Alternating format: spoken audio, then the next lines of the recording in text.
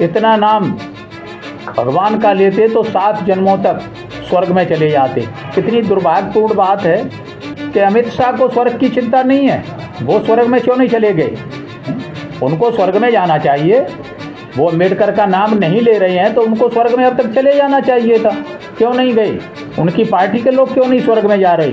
और उनको तो स्वर्ग का बड़ा अनुभव है कि स्वर्ग क्या होता है। अम्बेडकर कहने से स्वर्ग नहीं मिलेगा, भगवान कहने से स्वर्ग मिलेगा। तो तुम ये 10 साल से सत्ता में बैठे हो, क्यों नहीं स्वर्ग में चले गए? वहाँ लोकसभा में क्यों बैठे हो? इस पद पर क्यों बैठे हो? ऐसे व्यक्ति को एक भी दिन इस पद पर रहने का अधिकार नहीं है। उसको नैतिकता के आधार पर अपना इस्तीफा दे देना चाहिए। और केवल ये माफ़ी मांगने से काम नहीं चलेगा कि वो देश की जनता से माफ़ी मांगे कि मुझसे गलती हो गई। वो माफ़ी इसलिए नहीं मांगेगा कि उसने जानबूझ के अपमान किया है। और इस देश की जो गरीब जनता है, दलित, पिछड़े, वंचित जो भी हैं, वास्तव में बाबा साहब को भगवान मानते हैं। क्योंकि भगवान ने न तो इस वर्ग के लिए कुछ किया है, केवल जो कुछ किया है वो बाबा साहब अम्बेडकर ने ही किया है, इसलिए उनको भगवान से और ज़्यादा मानते हैं। रेंजर टीवी इंडिया, ना धर्म ना जात, केवल सच के साथ। दर्शकों, आपको हमारा चैनल पसंद आता है तो सब्सक्राइब करें, लाइक करें, शेयर करें, कमेंट जरूर करें। नमस्कार दर्शकों, मैं हूं अमित बोरसन और आप देख रहे हैं रेंजर टीवी इंडिया, ना धर्म ना जात, केवल सत्य के साथ। दर्शकों, जिस प्रकार से भारत देश के गृह मंत्री अमित शाह जी के द्वारा जो बाबा साहब के प्रति जो बयान दिया गया था, उसको देखते हुए भारत देश में जो आक्रोश समाजसेवियों में और अम्बेडकर अनुयायियों के और जो बाबा साहब को एक तरह से जो भगवान हैं उनसे भी बढ़कर जो मानते हैं, उनके बीच में जो रोष बढ़ता चला जा रहा है, उसी को देखते हुए आज हम उपस्थित हैं जनपद आगरा के अहमदपुर तहसील में स्थित वरिष्ठ एडवोकेट प्रेमलाल बौद्ध जी, और इनसे भी जानकारी लेना चाहेंगे सर जो बयान दिया था अमित शाह जी के द्वारा, और दूसरा जो बाबा साहब का जो हमारे भारत देश के लिए जो महत्व है उसके विषय में भी और उनका योगदान उसके विषय में भी आप बताने की कृपा करें। सभी साथियों को मेरा जय भीम। हमारे देश के गृह मंत्री अमित शाह ने जो लोकसभा में बाबा साहब के बारे में जो बयान दिया है, बहुत ही दुर्भाग्यपूर्ण है। मैं इसकी कड़े शब्दों में निंदा करता हूँ।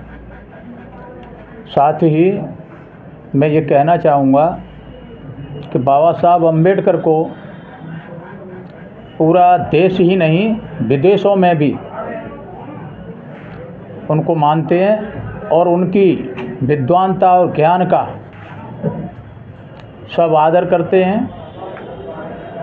अमेरिका हो, चाहे लंदन हो, जर्मनी हो, सभी देशों में बाबा साहब की जयंती निकाली जाती हैं। और बाबा साहब केवल भारत के नहीं, पूरे विश्व स्तर के विद्वान व्यक्ति थे। बाबा साहब ने भारत का संविधान लिखकर ये मिसाल कायम की कि उनको विषम परिस्थितियों में पढ़ने का मौका मिला, उसके बावजूद भी उन्होंने ऐसा काम किया जिसे देश का कोई भी अन्य नेता नहीं कर पाया। जैसा कि कुछ लोग कहते हैं कि बाबा साहब ने संविधान नहीं लिखा, उन लोगों को इसकी जानकारी नहीं है। बाबा साहब जो संविधान सभा की प्रारूप समिति थी, ड्राफ्टिंग कमेटी, उसके चेयरमैन थे, अध्यक्ष थे। बाकी जो मेंबर थे 6, उनने किसी ने कोई योगदान नहीं किया था। बाबा साहब ने अकेले ने ही रात दिन परिश्रम करके विश्व का श्रेष्ठ संविधान इस देश को सौंपा था, जिसमें गरीब, वंचितों, दलितों, कमज़ोर वर्ग के व्यक्तियों और महिलाओं को विशेष अधिकार दिए। संविधान से पहले हमारे देश में गरीबों की, दलितों की, महिलाओं की क्या स्थिति थी, ये किसी से छिपा नहीं है। संविधान लागू होने के बाद ही महिलाओं को, दलितों को, सबको सम्मान मिला है। और गृह मंत्री ने जो बयान दिया है, ये दुर्भाग्यपूर्ण इसलिए भी है कि लोकसभा में उन्होंने ये बयान दिया है। कहीं चुनाव में वो देते बयान तो आदमी, जनता, देश की जनता ये कहती कि इनके मुंह से निकल गया होगा। उन्होंने सोची समझी साजिश के तहत ये बयान दिया है। और मैंने जो वीडियो देखा है लोकसभा का, जिसमें वो कह रहे हैं कि अब एक चलन चल गया है अम्बेडकर अम्बेडकर, एक फैशन चल गया है। और अगर इतना नाम भगवान का लेते तो 7 जन्मों तक स्वर्ग में चले जाते। कितनी दुर्भाग्यपूर्ण बात है कि अमित शाह को स्वर्ग की चिंता नहीं है। वो स्वर्ग में क्यों नहीं चले गए? उनको स्वर्ग में जाना चाहिए। वो अम्बेडकर का नाम नहीं ले रहे हैं तो उनको स्वर्ग में अब तक चले जाना चाहिए था। क्यों नहीं गए? उनकी पार्टी के लोग क्यों नहीं स्वर्ग में जा रही? और उनको तो स्वर्ग का बड़ा अनुभव है कि स्वर्ग क्या होता है। अम्बेडकर कहने से स्वर्ग नहीं मिलेगा, भगवान कहने से स्वर्ग मिलेगा। तो तुम ये 10 साल से सत्ता में बैठे हो, क्यों नहीं स्वर्ग में चले गए? वहाँ लोकसभा में क्यों बैठे हो? इस पद पर क्यों बैठे हो? ऐसे व्यक्ति को एक भी दिन इस पद पर रहने का अधिकार नहीं है। उसको नैतिकता के आधार पर अपना इस्तीफा दे देना चाहिए। और केवल ये माफ़ी मांगने से काम नहीं चलेगा कि वो देश की जनता से माफ़ी मांगे कि मुझसे गलती हो गई। वो माफ़ी इसलिए नहीं मांगेगा कि उसने जानबूझ के अपमान किया है। और इस देश की जो गरीब जनता है, दलित, पिछड़े, वंचित जो भी हैं, वास्तव में बाबा साहब को भगवान मानते हैं। क्योंकि भगवान ने न तो इस वर्ग के लिए कुछ किया है, केवल जो कुछ किया है वो बाबा साहब अम्बेडकर ने ही किया है, इसलिए उनको भगवान से और ज़्यादा मानते हैं। तो मैं ये कहना चाहूँगा कि ऐसे इस तरह के बयानबाजी देकर ये अपनी जो मानसिकता है उसको देश के सामने ला रहे हैं कि इनकी मानसिकता कैसी है, बाबा साहब के प्रति कैसी है। और कहीं भी किसी प्रोग्राम में ये लोग जाते हैं तो बाबा साहब का नाम स्वार्थ के लिए लेते हैं।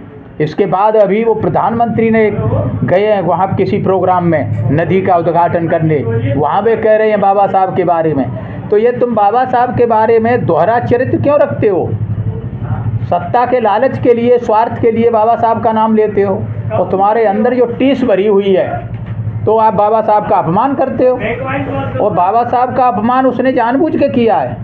और उसका एक कारण जहाँ तक मैं सोचता हूँ, मेरा जहाँ तक ये सोचना है, उनके दिमाग में ये टीस भरी हुई है ऐसे लोगों के, अमित शाह और दूसरे उनके पार्टी के तमाम लोग हैं, उनके दिमाग में ये कुंठा है। कहीं न कहीं उनको ये दुख सता रहा है कि बाबा साहब जैसे व्यक्ति ने, एक दलित वर्ग के व्यक्ति ने, अछूत वर्ग के व्यक्ति ने भारत का संविधान रच के विश्व में नाम कर दिया।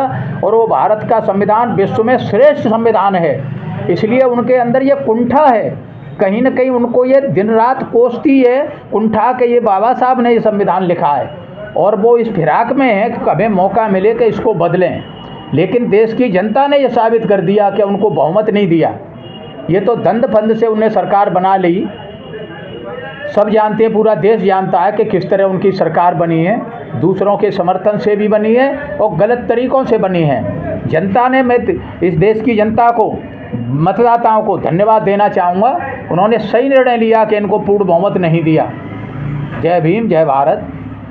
तो आज की न्यूज़ आपको पसंद आए तो लाइक करें, शेयर करें, कमेंट करें, सब्सक्राइब जरूर करें, जिससे कि हमारा चैनल आगे बढ़ सके और हम अपने देश और देशवासियों की सेवा कर सकें। इसी के साथ फिर मुलाकात होगी। तब तक के लिए आपसे विदा लेते हैं। नमस्कार।